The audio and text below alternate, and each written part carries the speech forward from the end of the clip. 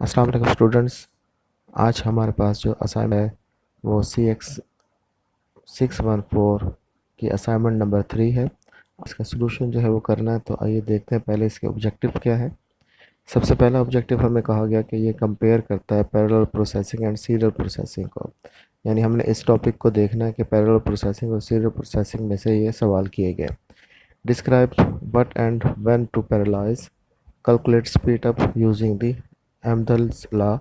तो हमने इन टॉपिक्स में से ही अपने जवाब को ढूंढना है। तो आइए देखते हैं कि हमें सवाल क्या किया गया है। यहाँ XYZ फैब्रिक मैन्युफैक्चरिंग कंपनी है जो कि प्लान कर रही है कि अपने OLTP सिस्टम को DWI सिस्टम में कन्वर्ट किया जाए। तो इस हवाले से जो शराइत उन्होंने मेंशन की, हमने उसी को मद्देनज़र रखते हुए पैरेलल सीरियल्स को मल्टी प्रोसेसर में या मल्टी प्रोसेसर को सीरियल प्रोसेसर में कन्वर्ट करना है। तो जहाँ पे क्वेश्चन में जो हमें शराइत दी गई होंगी, हम उसी शराइत को देखते हुए इसको परफॉर्म करने की कोशिश करेंगे। क्वेश्चन नंबर 1 है, if complex query is executed parallel on a 6 single core processor, then what would be the quantifier speed up time। अब यहाँ पे जो हमें बताया गया है वो और तरफ चीज़ें जो हैं वो ये है कि पैरेलल 6 सिंगल कोर प्रोसेसर्स, ये हमारा क्या है, हाईलाइटेड पॉइंट है। हमने फाइंड आउट करना है क्या would be the quantified speed of time. तो मैं अभी आपको बुक के रेफरेंस में से दिखाता हूँ कि इसका फार्मूला क्या है। जी स्टूडेंट, ये देखिएगा, क्वांटिफाइंग स्पीड अप का जो फार्मूला हमें बुक ने दिया है वो ये है, TS/TM, TS/TM। TS जो है वो time on the serial processor है और TM जो है time on the multi processing के हवाले से है। तो हम अपने सवाल में देखते हैं कि हमें इनमें से कौन सी वैल्यू जो है वो दी गई है।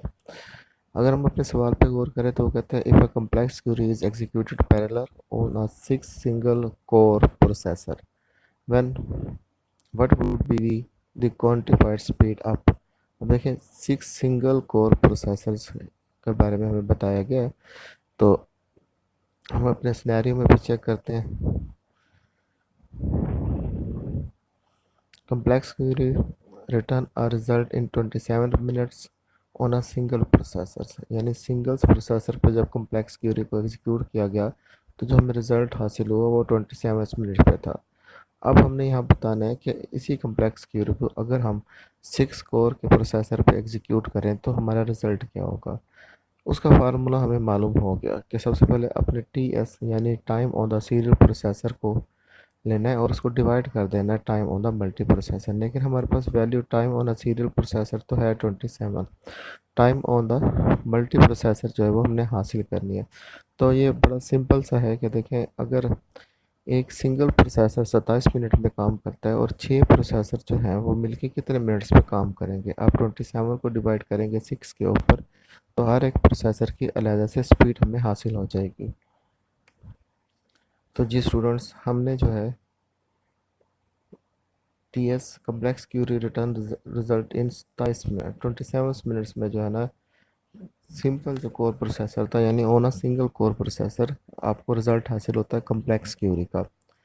अब TM क्या है, TM हमारा है मल्टीपल प्रोसेसर, वो हमें रिज़ल्ट को रिटर्न करेगा। तो हम 27 डिवाइड बाई 6 कर देंगे तो 4.5 जो है वो हमें रिज़ल्ट हासिल होता है on a single core processors के ऊपर। अब हमने स्पीड अप मालूम करना है। स्पीड अप का फार्मूला ये हमारे सामने मौजूद है। यहाँ पे भी अगर आप गौर करें तो बता रहे हैं कि 18/6 3, और इसको हमने क्योंकि परसेंटेज में ज़ाहिर करना है तो ये 300% हो गया। तो यहाँ पे भी हमने ये किया कि TS को ऊपर रखा और TM को उससे डिवाइड किया। 27 को डिवाइड करता है 4.5, तो आंसर हमारे पास आता है 6, और 6 को हम क्या कहते हैं, परसेंट के साइन पे लेके जाते हैं, तो ये हमारा बन जाता है 600%। ये सवाल तो बड़ा सिंपल सा था क्योंकि हमें इसमें वाज़ेह तौर पे हर एक चीज़ जो है वो नज़र आ रही थी कि अगर एक प्रोसेसर इतनी देर में परफॉर्म करता है तो एक से ज़्यादा प्रोसेसर हो जाएंगे तो वो किस तरह से इतनी देर लगाएंगे। तो ज़ाहिर सी बात है, अगर आप उस टाइम को डिवाइड कर देंगे प्रोसेसर्स नंबर ऑफ़ प्रोसेसर पे तो आपको स्पीड हासिल हो जाएगी कि वो कितनी देर में उनको परफॉर्म कर पाते हैं। नेक्स्ट क्वेश्चन देखते हैं। अगले क्वेश्चन में हमें कहा गया कि कैलकुलेट करें स्पीड अप रेशियो को using the Amdahl's law if 80% of the query processing is done through the parallel execution on the DWH। तो सबसे पहले हम इसे बुक के रेफरेंस में तलाश करते हैं कि बुक हमें इसके बारे में क्या इन्फॉर्मेशन देती है। तो जी स्टूडेंट, अगर आप बुक के रेफरेंस के हवाले से बात करें तो स्पीड अप का एक हमें फार्मूला दिया गया है जिसमें वहाँ कहा गया है कि 1/f+1 - f into divided by n। अब हमें ये अपने इस क्वेश्चन में, ये जो क्वेश्चन हमें सवाल दिया गया है, हमें ये चीज़ें ढूंढनी होंगी कि f कहाँ पे है और n कहाँ पे दिया गया है। f के बारे में वो जो बता रहा है वो ये है कि ये फ्रैक्शन ऑफ द प्रॉब्लम्स है, यानी इनके दरमियान जो फ्रैक्शंस होगा वो हमें फाइंड आउट करना है। और n is the number of the processor, यानी प्रोसेसर्स की तादाद को जाहिर कर रहा है। अगर हम गौर करें तो फ्रैक्शन हम कैसे हासिल कर सकते हैं, हमें वो कहता है कि if 80% of the query processor is done through. अब 80% है तो बाकी क्या बच गया, बाकी हमारे पास 20% बच गया। 20 का जो हम परसेंट में लेंगे तो हमें 0.2 हासिल होगा। तो इसका मतलब ये होगा कि हमें एफ जो है वो 0.2 हासिल होगा। और अब एन कैसे मालूम करना है, एन के लिए नंबर ऑफ़ प्रोसेसर्स की तादाद मेंशन नहीं है, लेकिन यहाँ पे जो एक और तलब बात है, जो पॉइंट दिया गया है, वो ज़रा मैं आपको स्टडी करा देता हूँ। जी स्टूडेंट, तो हमें कहा गया कि after analysing the scenario given above you are required to answer the following question. हमने इस सिनेरियो को एनालाइज करना है, तो यहाँ से हमने एन प्रोसेसर को फाइंड आउट करना है। तो यहाँ में देखिए कहा गया था कि 7 सिस्टम है having a quad core processor, 7 system है और वो क्वाड कोर प्रोसेसर पर मुश्तमिल है। तो आपने अब इन 7 सिस्टम्स को कंसीडर करना है वहाँ पे जो नंबर्स आपको नहीं दिए गए, लेकिन क्योंकि ये है quad core processor, single core नहीं है, तो उसके बारे में हमें मालूम करना होगा। एफ तो स्टूडेंट हमने इस तरह से मालूम कर लिया कि 80 माइनस या 100 - 80 करके तो हमें 20 आया, और 0.2 जो है वो हमारी परसेंटेज हासिल हो गई, यानी एफ़ जो है वो हमारा 0.2 हो गया। अब हमने क्या करना है, फाइंड आउट करना है एन। एन फाइंड आउट करने के लिए जैसे मैंने आपको सिनेरियो में दिखाया कि उसने हमें बताया कि आपके पास 7 जो है वो क्वाड कोर प्रोसेसर्स हैं। तो पहले हमें ये मालूम होना चाहिए कि एक क्वाड कोर प्रोसेसर के अंदर कितनी कोर्स होती हैं। तो मैंने भी इसका प्रूफ हासिल किया कि इसमें कितनी कोर्स होती हैं। तो आइए देखते हैं। ये देखिए स्टूडेंट्स, गूगल के मुताबिक how many course in a quad core processor, तो गूगल मुझे बता रहा है कि इसमें 4 होती हैं। ठीक है, तो हम इसको अब क्या करेंगे, 4 को मल्टीप्लाई करा देंगे 7 के साथ, तो इसका मतलब है हमारे 28 कोर जो है वो हासिल हो जाएंगे। तो एन हमारा क्या होगा, वो हमारा 28 होगा।